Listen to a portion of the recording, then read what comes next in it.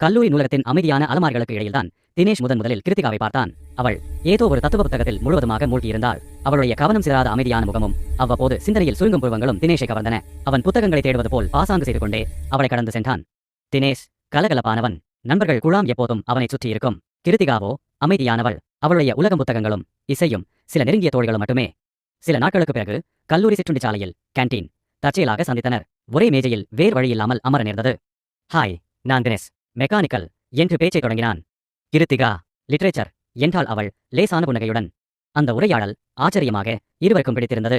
இலக்கியம் பற்றி கிருத்திகா பேச பேச தினேஷ் அதில் இருக்கும் ஆழத்தை உணர்ந்தான். இயந்திரங்களை பற்றி தினேஷ் விளக்கிய போது கிருத்திகா அதன் பின்னால் இருக்கும் அறிவியலை கண்டு வியந்தாள். எதிரெதிர் துருவங்கள் ஈர்க்கப்படும் என்பது உண்மைதான் போலும். நாட்கள் வாரங்களாகின. நூலக சந்திப்புகள் வாடிக்கையாயின. சிற்றுண்டிச்சாலை உரையாடல்கள் நீண்டன. ஒன்றாக நடக்கும்போது கவிதைகள் பற்றியும் எதிர்கால கனவுகள் பற்றியும் பேசத் தொடங்கினர். தினேஷின் கலகலப்பு கிருத்திகாவின் அமைதியான உலகத்திற்குள் புதிய ஒளியை பாய்ச்சியது. கிருத்திகாவின் ஆழமான சிந்தனைகள் தினேஷின் உலக பார்வைக்கு புதிய பரிமாணத்தை கொடுத்தன. ஒரு மாலை பொழுது கல்லூரி வளாகத்தில் இருந்த மரத்தடியில் அமர்ந்திருந்தனர். மழையாக தூறிக் கொண்டிருந்தது. கிருத்திகா என்றான் தினேஷ் அவளுடைய கண்களை நேராக பார்த்து.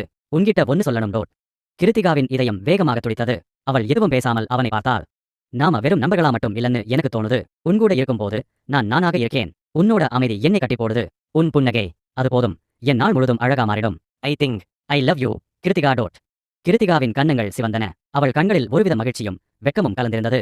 எனக்கும் அப்படித்தான் தோணுது தினேஷ். உன்னோட கலகலப்பு இல்லாம இந்த இடம் ரொம்ப அமைதியா இருக்கிற மாதிரி இருக்கு. உன் கூட இருக்கும்போது நான் பாதுகாப்பா உணர்றேன். ஐ லவ் யூ டூ டோட்.